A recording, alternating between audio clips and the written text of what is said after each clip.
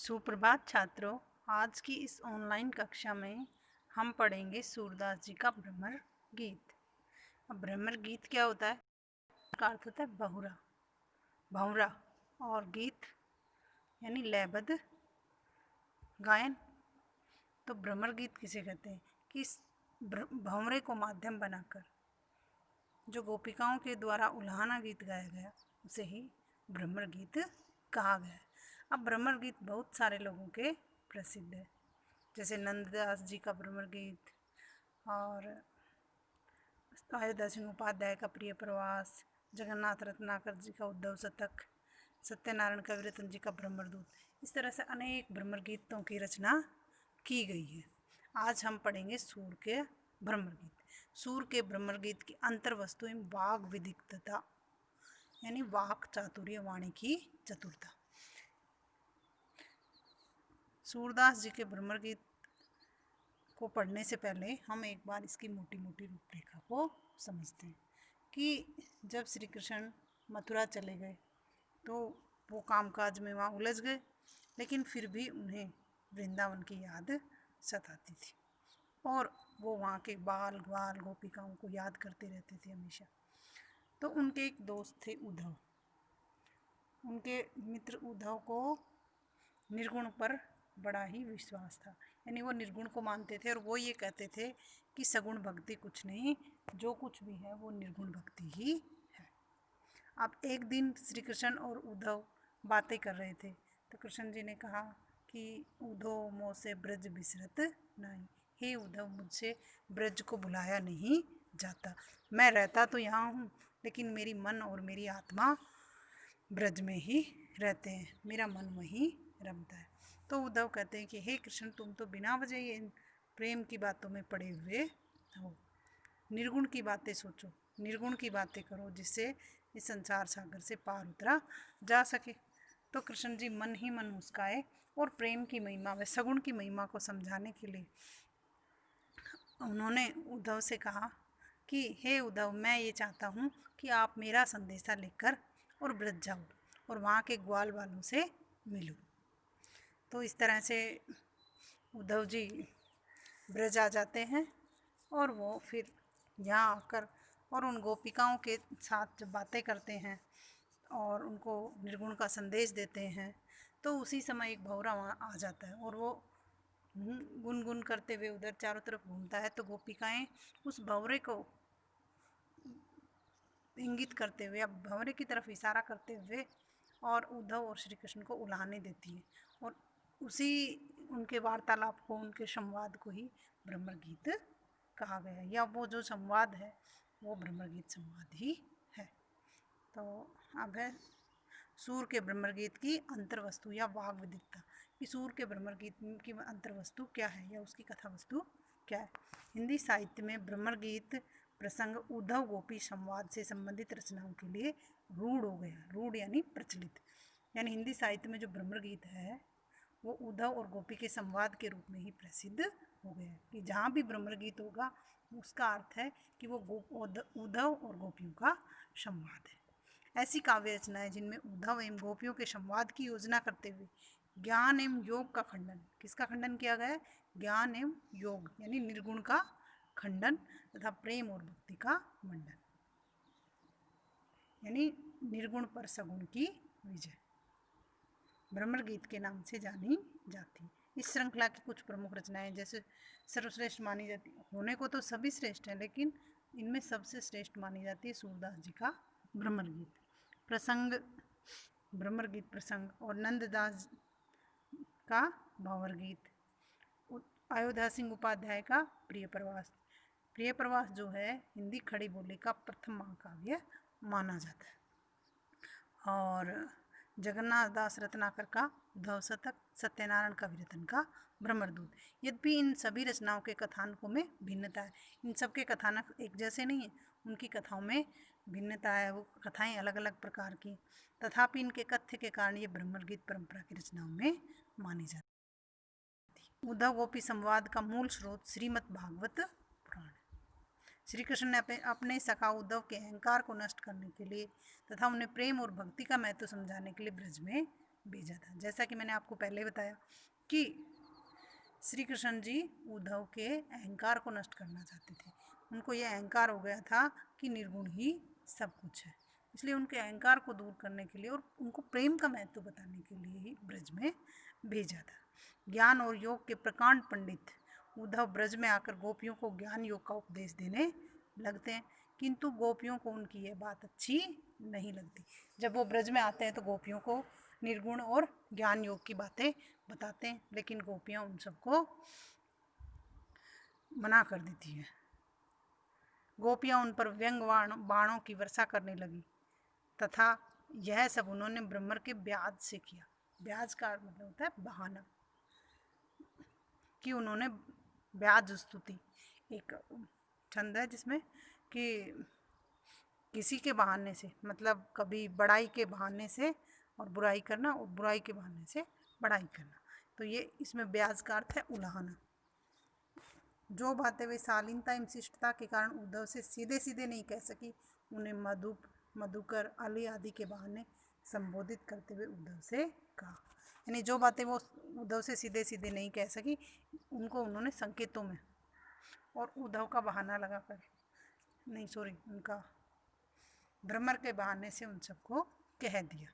ब्रह्मर के माध्यम से उद्धव तथा उद्धव के ब्याज से श्री कृष्ण के प्रति अपने उबालम को गोपियां प्रेषित करना चाहती हैं।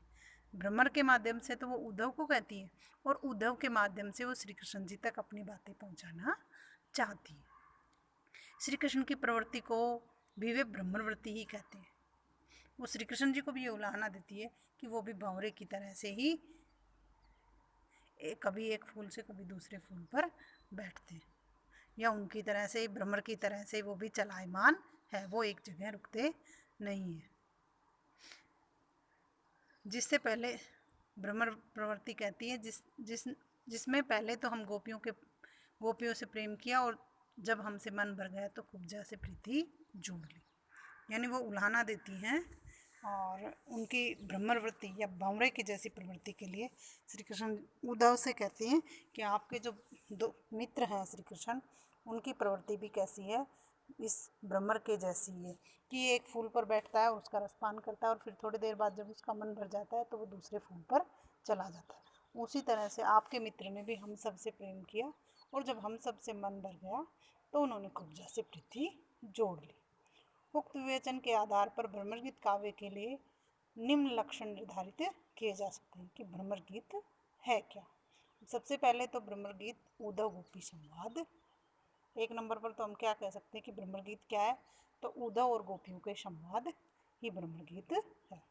इसमें क्या क्या है, इसमें मधुकर, मधुप, अली आदि संबोधन उद्धव के लिए हैं तथा उद्धव के ब्याज से वे कृष्ण तक अपना उपालम व्यंजित करती हैं।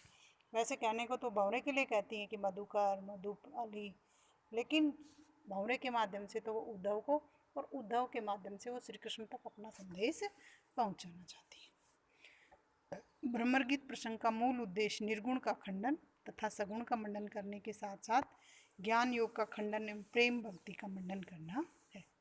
सूरदास के भ्रमर गीत में गोपियों की विरह वेदना की अभिव्यक्ति, सूरदास जी का जो वो भ्रमर गीत है उसमें गोपियों के विरह की, कि वो श्री कृष्ण जी के वियोग में किस तरह से दुखी होती है, इस सब की अभिव्यक्ति की गई है। साथ ही निर्गुण की अपेक्षा सगुण ब्रह्म को अधिक महत्व प्रदान किया गया है। ज्ञानी उद्धव योग का जो संदेश गोपियों के लिए लाए उसे गोपियां कदापि स्वीकार नहीं करती हैं। सूर की गोपियां नंददास की गोपियों की तुलना में अधिक भावुक तथा वे उद्धव की बोलती बंद करने में भी समर्थ। जो नंददास जी की गोपियां हैं वो थोड़ी चतुर हैं। निश्चय ही सूर की गोपियों में वाग विदिग्धता एवं वचन वक्रता है, यानी उनमें वाणी का कौशल है, वाणी की चतुरता है। वो अपनी चतुर बातों से या वाणी के कौशल से उद्धव को हरा देती है। वे श्री कृष्ण की अनन्य प्रेमिका है, एकनिष्ठ प्रेमिका है। कहती हैं कि किसी को मन से ही स्वीकार किया जाता है।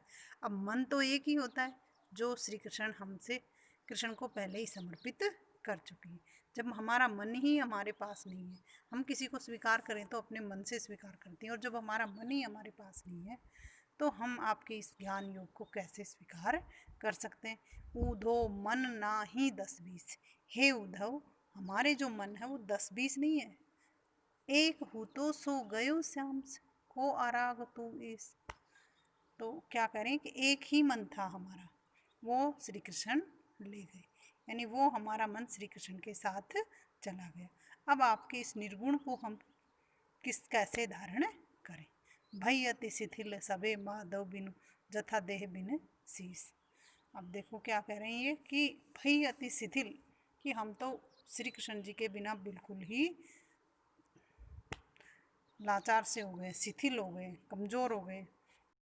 मा जथा देह बिन शीस, कि जैसे हमारा शरीर बिना सिर के हो, जैसे हमारे सिर के बिना हमारा पूरा शरीर लाचार हो जाए, वैसे ही हम भी श्री कृष्ण के बिना लाचार हो गई है। श्वास अटकी रहे आशा लगी रहे जीवे कोटि बरिस। और हमारी श्वास अटकी हुई है, हमारी सांसें चल रही हैं तो, लेकिन वो किस लिए चल रही हैं कि श्री कृष्ण जी जब आएंगे तो हम उनको देख सकेंगे। उनके आने की आस में ही हमारी सांसें चल रही हैं और हमारा जी अटका हुआ है, नहीं तो हमारे प्राण अब तक कब के ही निकल गए होते। हमारे प्राण इसीलिए बचे हुए हैं, इस आस में ही बचे हुए हैं कि कभी ना कभी तो कान्हा आएंगे।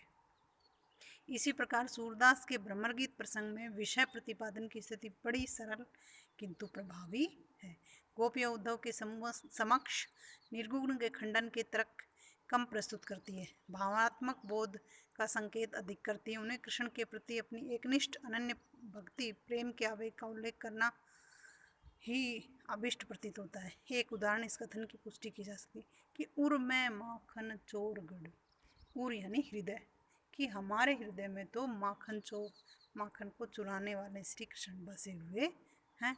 अब कैसे निक्षत नहीं उद्धो तिरछो हो जो अड़े। और अब हे उद्धव उनको हम अपने मन से कैसे निकालें, वो तो तिरछे होकर हमारे मन में अड़े हुए हैं। जैसे कि किसी दरवाजे में या किसी में भी तिरछे कोई कुछ लगा दे तो उसमें से आ जा नहीं सकते हैं और वो आसानी से उस जगह से वो चीज़ हटती भी नहीं है। तो उसी तरह से गोपियाँ क्या कह रही हैं कि श्री कृष्ण तो हमारे हृदय में तिरछे होकर अड़े हुए हैं और उनको हम निकाल नहीं सकते। यद्यपि अहीर जसोदा नंदन तदपि न जात छड़े। यद्यपि अहीर यशोदा नंदन तदपि न जात छड़े। वहाँ बने जदुवंश महाकुल हमऊ न लगत बड़े, कि हमारे लिए तो वो यशोदा के नंदन आज भी हमारे लिए वो यशोदा के नंदन ही है। भले ही आपके हों, वहाँ जाने पर वो महाराज बन गए होंगे, बड़े हो गए होंगे, लेकिन हमारे लिए तो अभी भी वो हमारे माखन चोर ही हैं। और वो हमारे हृदय में इस तरह से स्थापित है कि जैसे वो तिरछे होकर हमारे हृदय में गड़ गए हैं और वो हमारे हृदय से नहीं निकल सकते। तो ये उनकी अनन्य भक्ति का ही तो प्रमाण है, ये उनके एकनिष्ठ प्रेम का ही तो प्रमाण है कि किस तरह से कि भले ही वो वहाँ जाकर कुछ बन जाए, लेकिन हमारे लिए तो वो हमारे कृष्ण, वो क्या कहती हैं कि हमारे लिए हमारा प्रेम ही सर्वश्रेष्ठ है। यहाँ गोपियाँ जिस श्री कृष्ण की प्रेमा भक्ति में अवगाहन करती दिखाई देती है, वह उनका सखा है, रास क्रीड़ा करने वाला प्रिय है, रसास्वादक नायक है, लेकिन एक राजा नहीं है। तब भ्रमरगीत प्रसंग की परंपरा कुछ अर्थों में सूरदास ने अपनी वैशिष्ट्य की रक्षा की है। तर्कसम्मत शास्त्रीय विवेचन या तर्काधिक निर्गुण का खंडन यहाँ कम ही मिलता है। इस दिशा में सूरदास ने निर्गुण के खंडन के प्रयास से सबसे अधिक महत्वपूर्ण ढंग से अपनी गोपियों से कुछ ऐसे सहज प्रश्न करवाए कि जिनको सुनकर उद्धव का निरुत्तर हो जाना ही पड़ा। यानी सूरदास जी के भ्रमर गीत में गोपियों ने उद्धव से इस तरह से सहज ढंग से संवाद किए हैं कि उन संवादों को सुनकर, उन प्रश्नों को सुनकर और उद्धव निरुत्तर हो जाते। यही कारण है कि सूर का भ्रमर गीत प्रसंग इतना सहज बन पड़ा कि भाव विह्वल गोपियाँ अपनी विरहानुभूति का निवेदन करती है, श्री कृष्ण और उद्धव को उपालम देती है, किंतु जब उसके द्वारा प्रतिपादित निर्गुण निराकार ब्रह्म की खिल्ली उड़ाती हैं तो उद्धव को बहुत ही दयनीय स्थिति में ले जाकर खड़ा कर देती हैं कि काहे को रोकत मार्ग सुधो सुनो मधुप निर्गुण कंटक ते राजपंथ क्यों रूंधो। अब वो उनसे कहती हैं उद्धव से कि काहे को रोकत मार्ग शोधो। जब हम कहीं सीधे रास्ते से जा सकते हैं या हम सीधे सीधे रास्ते प्रेम मार्ग पर जा रहे हैं तो आप हमारा रास्ता क्यों रोक रहे हो। जब हम अपने मंजिल तक सीधे रास्ते से जा सकते हैं तो आप हमें कांटों में क्यों घसीट। सुनो मधुप निर्गुण कंटकते राजपंथ क्यों रूंधो। कि हमें तो ये समझ में नहीं आ रहा है हे उद्धव कि आप कांटों से जो राजपंथ है, जो श्रेष्ठ रास्ता है, उसको क्यों रोकना चाहते हो। जब हम प्रेम मार्ग पर चल रही हैं तो आप हमें उस प्रेम मार्ग से हटाकर इस निर्गुण पर क्यों चलाना चाहते हैं। इतना ही नहीं, जब गोपियाँ प्रश्न करती कि तुम्हारा ब्रह्म कहाँ रहता है, कौन उसका बाप है, कौन उसकी माँ है, तो उद्धव को उत्तर देते नहीं बनता है। वो निर्गुण के लिए कहती हैं, क्योंकि निर्गुण निराकार तो ऐसे कहते हैं कि भाई वो तो हर कण में व्याप्त है, हर क्षण में व्याप्त है, लेकिन उनका कोई आकार नहीं। तो गोपियाँ उनसे, क्योंकि वैसे भी प्रेम मार्ग जो है वो सर्व मार्ग, और एक सामान्य जन सर्व मार्ग पर जाना ज़्यादा पसंद करता है। तो वो उद्धव से कहती कि निर्गुण कौन देश को बस, कि तुम्हारा जो निर्गुण है वो किस देश का रहने वाला है, हमें ये तो बताओ। भाई हमारा जो कान्हा है जिससे हम प्रेम करते हैं, उसका तो हमें रंग रूप आकार, वो कहाँ रहते हैं, कौन उनके माता पिता है, इसके बारे में सब पता है। लेकिन आप भी तो ये बताओ कि आपका जो निर्गुण है वो किस देश का रहने वाला है। मधुकर हंसी समझाए सो दे बूझती सांच ने हंसी। हे मधुकर, वो हंसकर उनसे पूछते हैं कि हमें सच सच ये समझा दो कि आपका जो निर्गुण है वो किस देश का रहने वाला है। और को जनक जननी को कहियत कौन नगर को कौन नारी को दासी। और इसी के साथ वो कहती है कि उनके जनक कौन है, उनकी जननी कौन है, उनके पिता कौन है, उनकी माता कौन है, उनकी पत्नी कौन है और उनकी दासियाँ कौन है। हमारा जो इष्ट देव है हम उनके बारे में सब कुछ बता सकती है, तो उसी तरह से आप भी अपने निर्गुण के बारे में बताओ। इस तरह से जब वो उद्धव से पूछती हैं तो उद्धव से कोई उत्तर देते नहीं बनता है। इसके साथ ही इन सहज प्रश्नों की झड़ी लगा दी गई, किंतु इन प्रश्नों को इसी आधार पर पूछा गया कि जब किसी का अस्तित्व होगा, कोई व्यक्ति होगा, तो उसकी कोई अभिलाषा अवश्य होगी, उसकी कोई रुचि भी होगी। बस यही प्रस्तुत प्रश्नावली का आधार है। कैसो वर्ण भेष है कैसो रस में कई रस में अभिलाषी, कि उनका कैसा तो रंग है, कैसे उनका पहनावा है, और वो किस रस के अभिलाषी, यानी वो किस रस को मानने वाले हैं। इन प्रश्नों का जो प्रभाव उद्धव पर पड़ा उसका बड़ा सजीव इस चित्र में अंकित कर दिया गया है। सुनत मौन हवे रहे ठप्प सो सूर सबे मति नासी। कि जब वो इनको सुनते हैं, वो जब उद्धव सुनते हैं इन सब को, तो वो ठगे से रह जाते हैं और उनसे कोई उत्तर देते नहीं बनता है। सुनत मौन हो रहे हो ठगो सो सूर सबे मति नासी। उस उद्धव इस तरह से हो जाते हैं कि जैसे उनके मति भ्रम हो गया या उनको कुछ सूझ ही नहीं रहा हो। सूरदास ने ब्रह्मगीत प्रसंग में गोपी उद्धव संवाद की आयोजना की है। उसमें गोपियों ने उद्धव की जो खिल्ली उड़ाई है उसको बड़े विस्तार के साथ मनोवैज्ञानिक विवेचन किया गया है। योग का व्यापार करने वाला बताकर गोपियाँ उद्धव पर यह व्यंग्य करती है कि उसके पास जो सौदा है वह बड़ा ही महंगा है और गांव में इसे कौन खरीदेगा। ज्ञान योग के उपदेश के अनुचित्य पर इससे बड़ा करारा प्रहार और क्या हो सकता है। यह जोग ठग विधा है, हम इसके झांसे में नहीं आने वाली हैं। और इस तरह से वो उद्धव से कहती है कि जोग ठगोरी ब्रज न बिखे, कि तुम ये जो योग, क्योंकि ब्रज भाषा है इसलिए वहाँ यह को जय बोला जाता है, तो योग को जोग, योग ठगोरी ब्रज न बिके, कि आपकी जो योग जो ठग विधा लाए हो ये यहाँ नहीं बिक सकती या यहाँ नहीं चल सकती, क्योंकि यहाँ तो सभी कृष्ण से प्रेम करने वाले लोग रहते हैं। तो आपका ये जो योग रूपी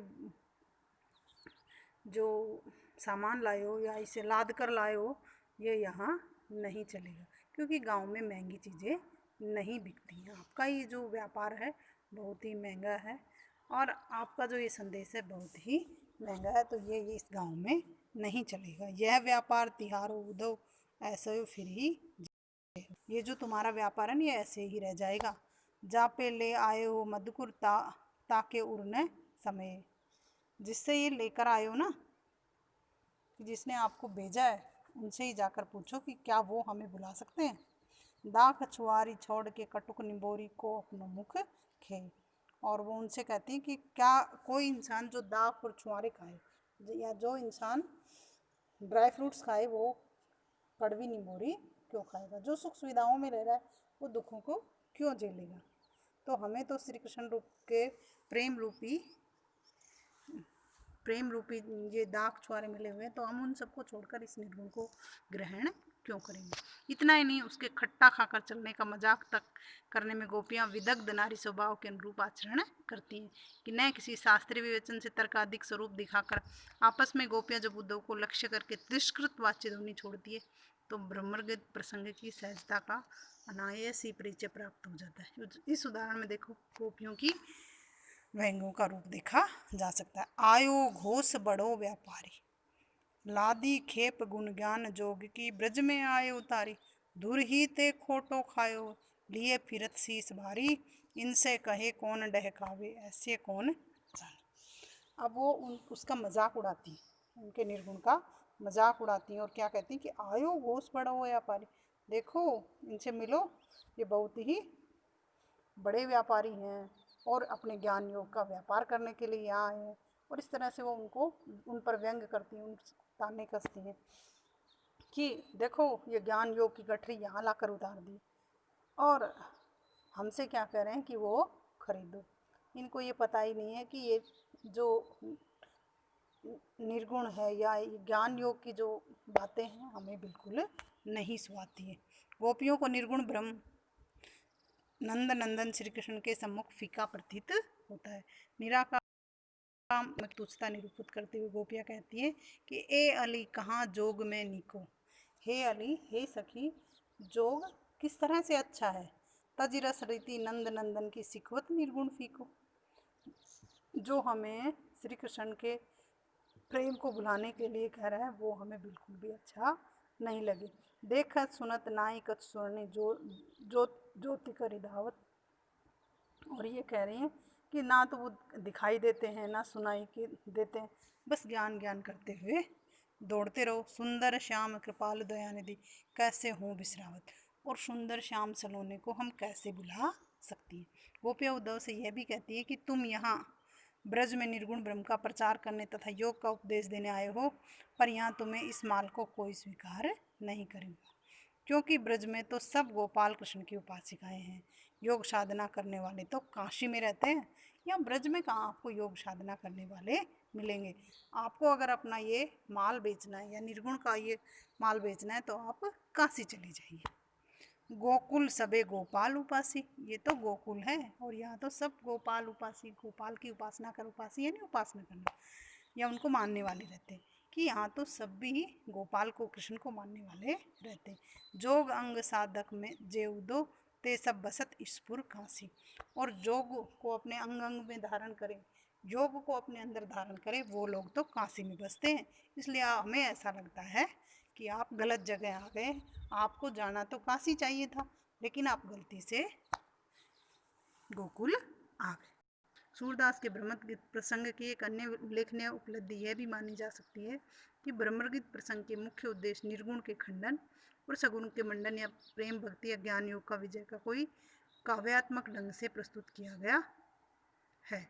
गोपियाँ उपालंबों द्वारा श्री कृष्ण को खरी खोटी भी सुनाते हैं, काहे को गोपीनाथ कवावत, कि वो उद्धव से कहती हैं और उद्धव के माध्यम से श्री कृष्ण से कहती हैं कि वो किस लिए गोपियों के नाथ कहलाते हैं। जब हमारे लिए योग का संदेश भेज रहे हैं तो फिर वो हमारे नाथ क्यों कहलाते हैं।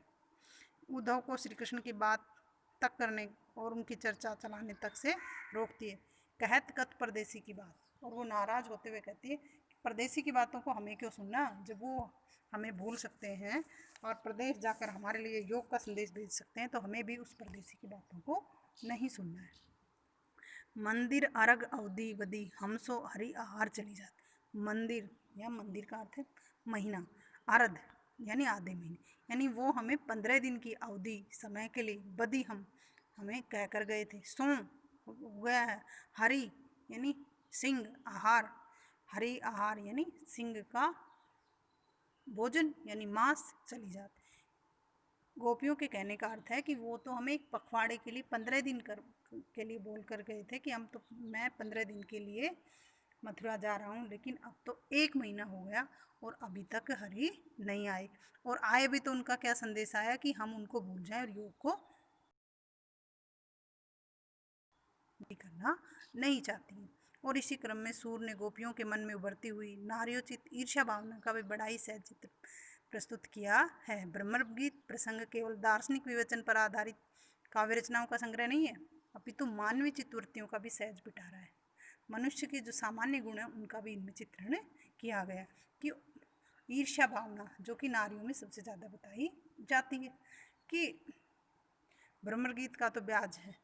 बस वे कुब्जा से सोतिया करती हुई कहती हैं कि जीवन मूचा ही कोनी को, दरस परस दिन रात करती है काने प्यारे पीको। कि वो कुब्जा से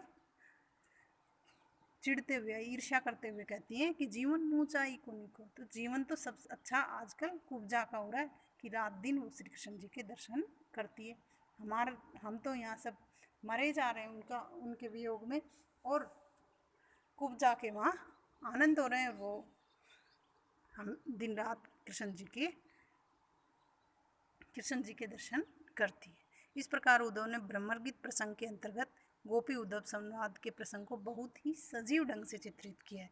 जब हम इसको पढ़ते हैं सुनते हैं तो ऐसा लगता है कि अरे ये सब चित्र जैसे हमारे सामने ही चल रहे हैं। उसमें निर्गुण एवं सगुण की विजय का दार्शनिक उद्देश्य भी है, किंतु कोरा दार्शनिक विवेचन मात्र नहीं है, सूर मानव हृदय के पार्क ही कवि है। इसलिए ब्रह्मगीत प्रसंग में गोपियों की मनोदशा का बड़ा ही सूक्ष्म परिवेक्षण करते हुए उन्होंने गोपियों की भावविहल दिशा का चित्रण किया है।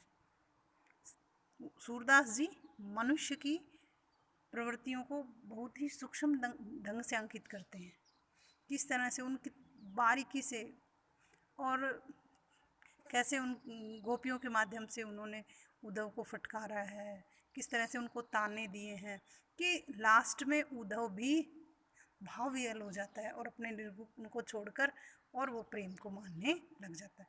और वो ये कहता है कि मैं श्री कृष्ण का सखा होते हुए इतने दिनों से उनके पास रहते हुए भी उसको समझ नहीं आ पाया, और आप लोगों के बीच आकर और मैं इस चीज़ को समझ पाया हूँ कि प्रेम ही इस संसार में सबसे बड़ी चीज़ है। प्रेम के सामने कुछ भी बड़ा नहीं। सूर मानव हृदय के पारखी कवि हैं, इसलिए उन्होंने ब्रह्मगीत प्रसंग में गोपियों की मनोदशा का बड़ा ही सूक्ष्म पर्यवेक्षण करते हुए उन्होंने गोपियों की भाव विहल दशा का चित्र उतारा है। कहीं श्री कृष्ण के लंपट प्रेमी रूप पर भी व्यंग्यवाण चलाए। सूरदास जी ने श्री कृष्ण जी को लंपट प्रेमी बताया ना, कि भ्रमर के समान बताया कि वो भी श्री कृष्ण भी किसके समान है, भंवरे के समान है। एक फूल पर बैठे उसका रसपान किया और उससे जब मन भर गया तो वो दूसरी जगह चले गए। इस तरह से उनको लंपट प्रेमी भी बताया। कहीं उद्धव द्वारा प्रतिपादित निर्गुण ब्रह्म की खबर लेने से गोपियाँ चूकती नहीं। इस तरह से कुल मिलाकर शूर का जो ब्रह्मगीत प्रसंग है वो प्रतिपाद्य की दृष्टि से तो बहुत ही प्रभाव उत्पादक है, साथ ही साथ मनोवैज्ञानिक सहज एवं भाव विहल करने वाला काव्यांश।